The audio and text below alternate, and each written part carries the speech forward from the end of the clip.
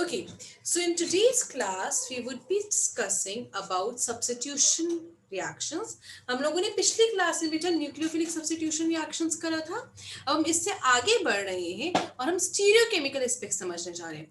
Now before we understand stereochemical aspects, we would understand some important terminology. So give the heading as important terminology.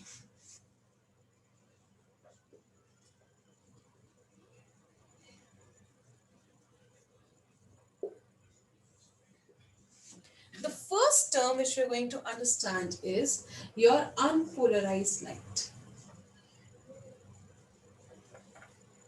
अब unpolarized light का मतलब क्या होता है? Unpolarised light का ये मतलब होता है, देखो जो ऑर्डिनरी लाइट होती है ना, जो आप लोग अपने घरों में यूज करते हो, उसकी वाइब्रेशंस सारे डायरेक्शंस में होती है. इधर भी जा रही है, लेफ्ट राइट टॉप बॉटम हर जगह पे जा रही है. सो ऐसी लाइट जिसकी वाइब्रेशन ऑल डायरेक्शंस में होती है उसको हम बोलते हैं अनपोलराइज्ड लाइट.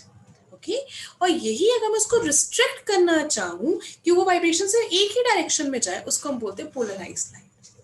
जैसे अगर अनपोलराइज्ड लाइट है तो उसको आप शो कैसे कर सकते हो, लाइक दिस. ठीक है, और यही रही बात plane polarised light. I will make you write down the definition, don't worry for that. Plane polarised light का मतलब है, इसको हम शॉर्ट में पीपीएल भी बोलते हैं. इसका ये मतलब है कि वाइब्रेशन सिर्फ एक जगह पे है.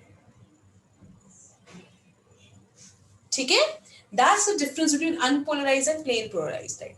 But let's write down about this and then we'll proceed further. Write down unpolarized light. It consists of waves traveling in all directions at a given point. It consists of waves traveling in all directions at a given time. It can be shown like this. ठीक है, unpolarized. अब लिखेंगे plane polarised light के बारे में. PPL. It consists of waves in which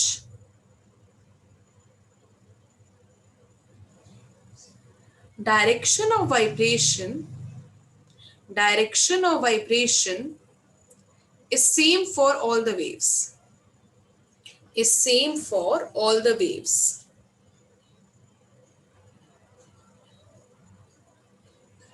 ठीक है, अब आगे बढ़ते हैं.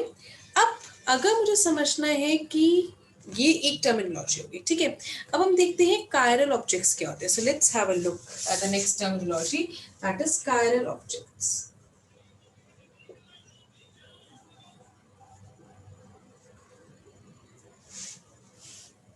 कायरल ऑब्जेक्ट्स आप लोगों ने मिरर इमेजेस देखी हुई है.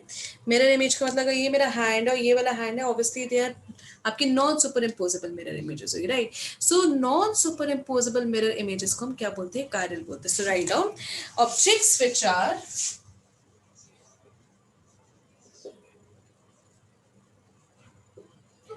Non superimposable mirror images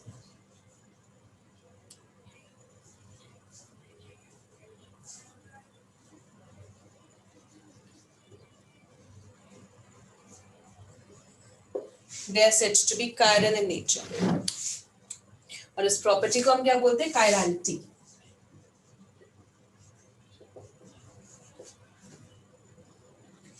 ठीक है, जो आपकी ए कायरल होंगे वो जस्ट ऑपोजिट होगा, वो क्या होगा, सुपर इम्पोजेबल होंगी, मतलब एक दूसरे के ऊपर सुपर इम्पोज कर सकते हो, उसमें कोई प्रॉब्लम नहीं आएगी. So the next your analogy to this is your a chiral, that is objects which are superimposable mirror images, जो एक दूसरे के ऊपर क्या कर रहे हैं, सुपर इम्पोज कर रहे हैं.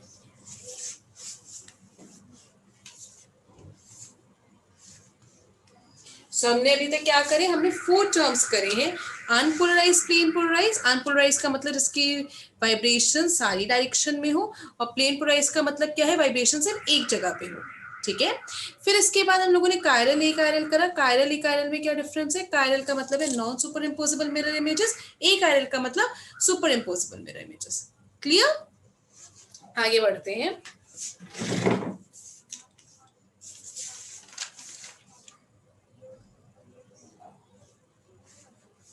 अब देखो, अब मैं आपको सिनेरियो समझाती हूँ क्या होता है। मान लेते हैं मेरे पास अनपोलराइज्ड लाइट है, ठीक है। मैंने इस अनपोलराइज्ड लाइट को ना एक प्रिज्म से पास करा। इस प्रिज्म को हम बोलते हैं निकल प्रिज्म,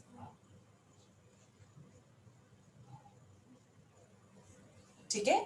और मेकिंग इट पास थ्रू निकल prism, what do I observe is कि वो सारी वाइब्रेशंस को काट देगा और किसी एक डायरेक्शन में उसको रख देगा, ठीक है। मान लेते इस डायरेक्शन में रखा।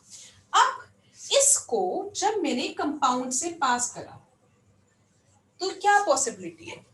There are three possibilities. पहला, ये रे ऑफ लाइट जो है एज इट इज आ जाए, ठीक है। दूसरी पॉसिबिलिटी क्या है कि ये राइट में टर्न कर दे या लेफ्ट में टर्न कर दे, ठीक है। अगर ये इसको एज इट इज रखता है तो उसको हम बोलते हैं ऑप्टिकली इनएक्टिव कंपाउंड।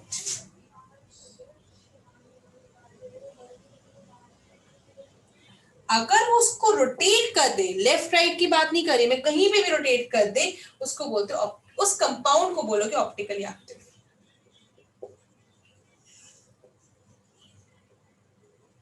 ठीक है, स्टोरी समझ में आ गई। अनपोलराइज को पहले पोलराइज बनाया, अब पोलराइज के बाद इस को जब कंपाउंड से पास कराया तो क्या पॉसिबिलिटी, या तो स्ट्रेट रहेगा या तो लेफ्ट या तो राइट। अगर वो स्ट्रेट रहता है तो इसका मतलब है वो कंपाउंड ऑप्टिकली इनएक्टिव है। अगर वो उसको घुमा पाता है तो ऑप्टिकली एक्टिव है। लेफ्ट राइट बात की बात। अब इसके बाद अगली बात आती है कितने एंगल से आपका हुआ है। कोई एंगल ही होएगा ना जब कोई कन्वर्ट हो रहे हैं, जब वो अपने आप को चेंज कर रहे हैं, अगर वो अपने आप को रोटेट कर रहा है, तो जिस एंगल पे आप ऐसा करते हो उसको आप बोलते हो पोलैरिमीटर। जो डिवाइस उस एंगल को मेजर करेगा, किस एंगल पे आपकी रोटेशन हुई है, उसको हम बोलते हैं पोलैरिमीटर। ठीक है, सो पोलैरिमीटर क्या होएगा? एक ऐसा device which measures the angle by which your plane polarised light is rotated. Clear? तो पहले हम लिखेंगे ऑप्टिकली एक्टिव कंपाउंड्स के बारे में।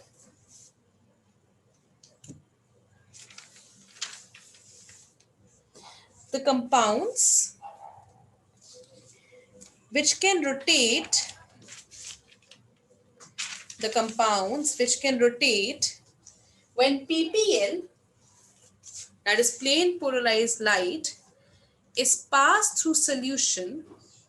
The compounds which can rotate the plane polarized light when passed through the solution are called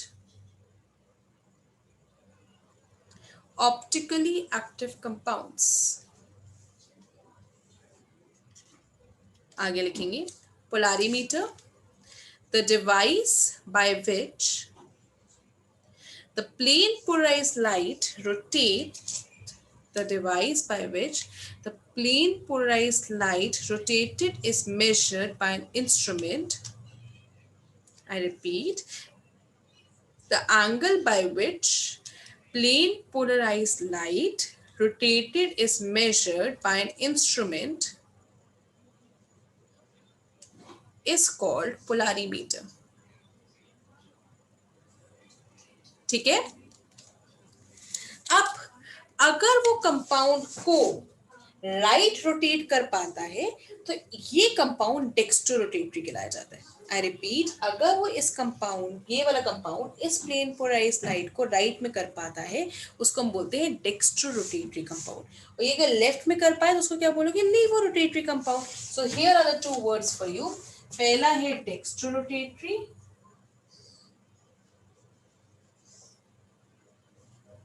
फिर है laevo rotatory.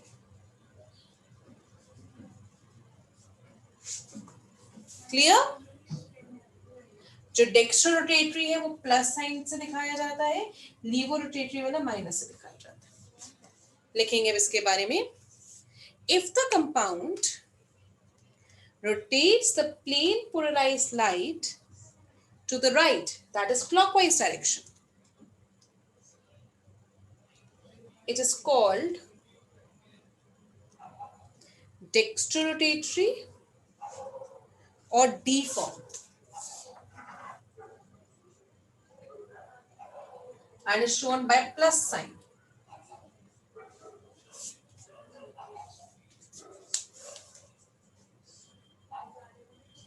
ठीक है, I repeat, if the compound rotates plane polarized light, that is PPL, to the right, that is clockwise direction, it is called dextrorotatory.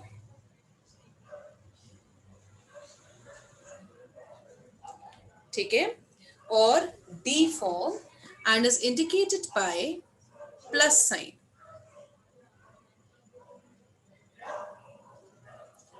आगे लिखेंगे लीवोरोटेटरी के बारे में. If the compound rotates the plane polarized light to the left,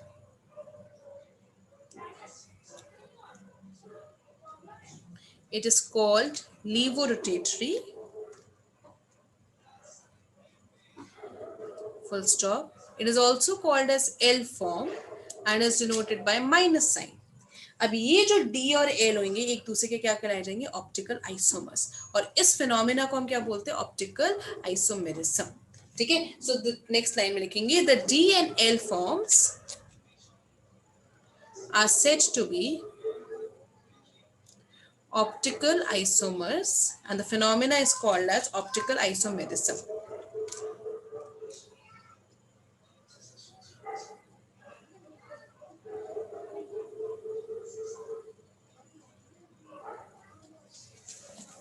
clear? एक बार दोबारा से revise कर लेते हैं फिर आगे बढ़ते हैं. हम लोगों ने क्या डिस्कस करा? हम लोगों ने ये डिस्कस करा कि सबसे पहले अनपोलराइज्ड लाइट क्या होती है? अनपोलराइज्ड लाइट वो होती है जिसकी वाइब्रेशंस हर डायरेक्शन में होती है.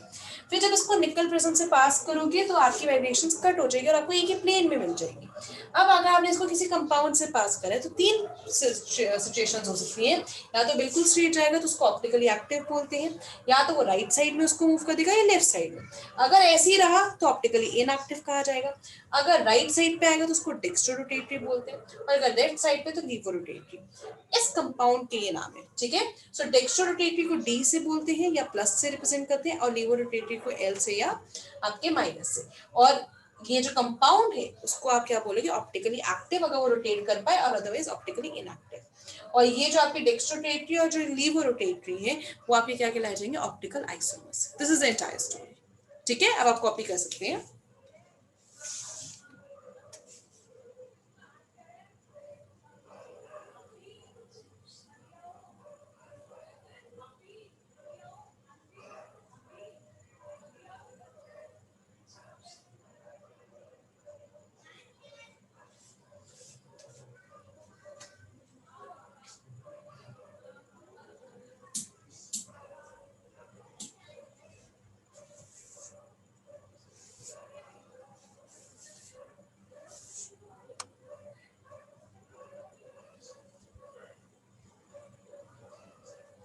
Next topic is asymmetric center or stereo center.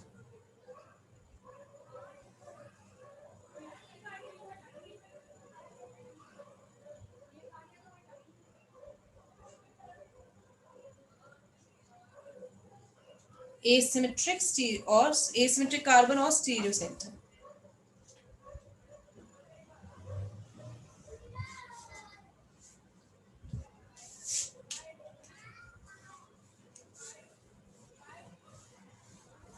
Chiral और ए कायरल क्या हो जाएगा? कायरल आपका वो हो जाएगा जहां non superimposable mirror images है, और ए कायरल क्या हो जाएगा? जहां आपके पास सुपर इम्पोजेबल मिरर इमेजेस है.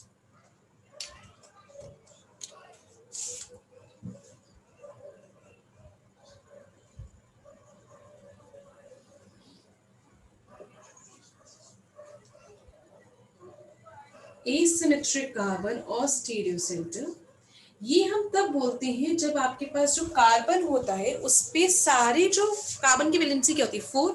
अगर आपके सारे जो ग्रुप्स हैं अटैच्ड है वो सारे डिफरेंट होते हैं, then we call it as asymmetric carbon. Clear? So write it down. The spatial arrangement of four groups. Spatial का मतलब होता है जब आप बात करते हो कि उसके स्पेस में कैसे ओरिएंटेशन होगी। देखो नो डाउट अगर आपको हम CH4 बोलते हैं तो आप ऐसे रिप्रेजेंट करते हो, फाइन, बट एक्चुअली एटम्स की पोजीशन ये थोड़ी होती है। एटम्स की पोजीशन स्पेस में अलग तरीके से होती है। उसको हम शो कैसे करते हैं कि ये दो कार्बन अगर ऐसे है मेरे पास, ये है जो इन प्लेन होंगे, अब ये टेट्राहेड्रल फिगर होती है। तो एक होएगा जो आपकी तरफ एक्ट करवाएगा और एक होएगा जो मेरी तरफ एक्ट करवाएगा। जो आपकी तरफ कार्बन होता है उसको हम ऐसे दिखाते हैं, ठीक है, और दूसरे वाले को जो पीछे की तरफ होता है वो इस तरीके से, उसको वेज डैश फॉर्म बोलते हैं, ठीक है। तो अगर हम कह रहे हैं कि अगर ये फ्लोरो क्लोरो ब्रोमो या आइडो है तो आपके पास चारों ग्रुप्स अलग हो गए ना। तो इन दैट केस ये सारे ग्रुप्स आपके अलग होते हैं, उसको आप क्या बोलते हैं, एसिमेट्रिक कार्बन और स्टीरियो सेंटर। और यही चीज हम आपको समझाना चाहिए, इसको आप कायरल कार्बन भी बोल सकते हो।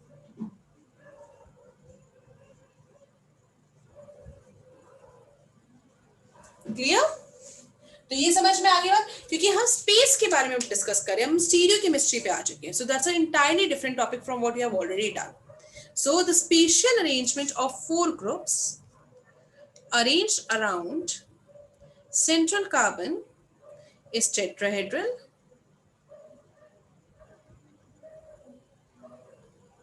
and if all substituents attached to that carbon are different, then that is called as asymmetric carbon.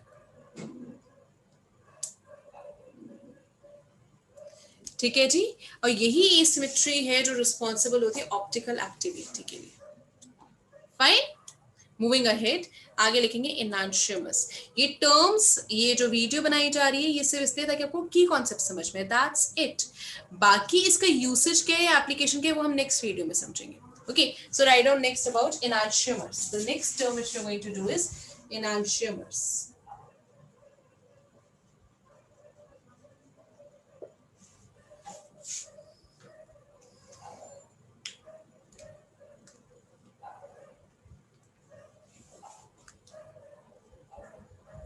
Superimposable mirror images, superimposable mirror images are called enantiomers. जो नॉन सुपर इम्पोजेबल था आपने उसको optical isomers बोल दिया, और जो super imposable उसको क्या बोलते हैं, एनांशियमर्स। ठीक है, superimposable stereoisomers are enantiomers, और क्योंकि वो एक जैसे हैं तो उनके पास सारी प्रॉपर्टीज भी एक जैसी होंगी। सो लिखोगे enantiomers possess identical physical properties, that is refractive index, melting point, boiling point etcetera. ठीक है, अब आगे टर्म समझते हैं।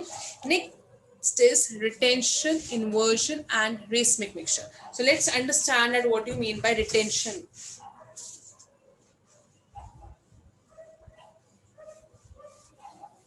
पहले कॉन्सेप्ट समझते हैं फिर आगे बढ़ते हैं। मान लेते हैं आपके पास कोई कंपाउंड है, ठीक है, आपने उसको किसी के साथ, पहले आपको एग्जांपल्स के सॉर्ट पे समझाती हूँ। मान लेते हैं आपके पास ये चीज है, या आपको एक ऐसे दे देते हैं, ये ज्यादा बेटर, इससे आप समझ पाएंगे, फ्लोरो क्लोरो ब्रोमो आइडो। ठीक है, इसको हम बोलते हैं फिशर प्रोजेक्शंस टाइप। अब आपने इसको किसी के साथ रिएक्ट कराया, मान लेते हैं आपने you made it react in nucleophile, कोई भी न्यूक्लियोफाइल है। अब जैसे आपने इसको रिएक्ट कराया, हो सकता है कि ये न्यूक्लियोफाइल सिर्फ इसकी जगह लेगा। मैं एग्जांपल दे रही हूँ, एबीसीडी, अगर तुम्हें इसमें डाउट आ रहा है तो आप एबीसीडी के टर्म्स में ले लो। ठीक है, आपने इसको रिएक्शन कराया न्यूक्लियोफाइल से, तो हो सकता है कि ये डी की जगह ले ले। अगर वो डी की जगह एज इट इज ले लेता है, बिना कंपाउंड के साथ कोई छेड़खानी करे, लाइक दिस, तो इसने अपनी जो कॉन्फ़िगरेशन है वो रिटेन करके रखी है। So we call this phenomena as retention. Retention का मतलब क्या है कि वो अपनी कॉन्फ़िगरेशन को रिटेन करके रख रहा है, मेंटेन करके रख रहा है। ठीक है, बट अगर मान लो मैंने एक और तरीका ये भी तो हो सकता है कि प्लस अगर मैंने डाला न्यूक्लियोफाइल, तो ये भी तो हो सकता था, मैं न्यूक्लियोफाइल को यहाँ पे लेट्स से वाई से रिप्रेजेंट कर रही हूँ। ठीक है, सो ये भी तो पॉसिबल है कि मेरे पास ए बी सी और यहाँ पर ये उल्टा हो जाए, वाई यहाँ पे आ जाए। Just the opposite. अगर ऐसा हो जाए कि वो अपनी कॉन्फ़िगरेशन ऑपोजिट कर दे, उसको आप बोलते हैं इन्वर्जन।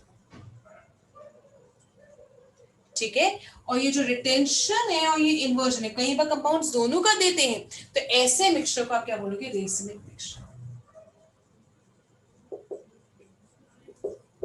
ठीक है, मैंने क्या बोला है, लिखवाऊंगी सब कुछ।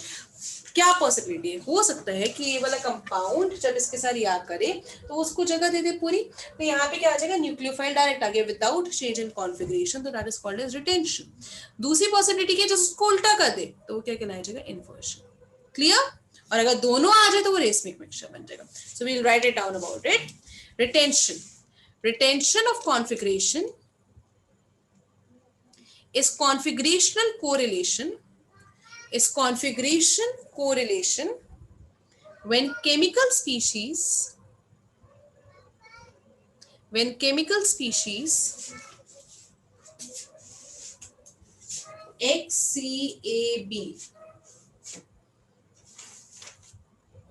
XCABC, कार्बन की वैलेंसी 4 होती है, तो एक ये हो गया, एक ये हो गया।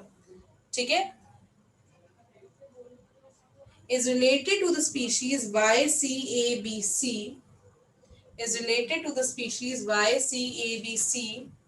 having same relative configuration.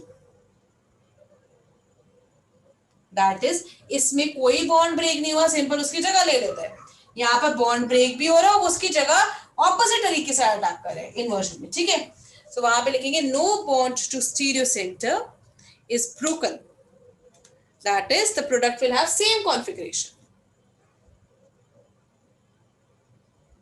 अब आगे बढ़ते हैं इन्वर्जन की तरफ। Inversion, if the compound formed is just opposite to what we have initially in terms of relative configuration, is called inversion. ठीक है, so इन दोनों से जो जुड़ के बनेगा, अगर दोनों ही आ जाए तो उसको क्या बोलोगे? Racemic mixture. क्लियर हो गई बात? So retention, inversion and racemic mixture. Clear? अब ये सारे कॉन्सेप्ट्स हमारे जरूरी होंगे नेक्स्ट वीडियो के लिए। आप इसको कॉपी कर सकते हैं, फिर हम इसको रिकैप करेंगे।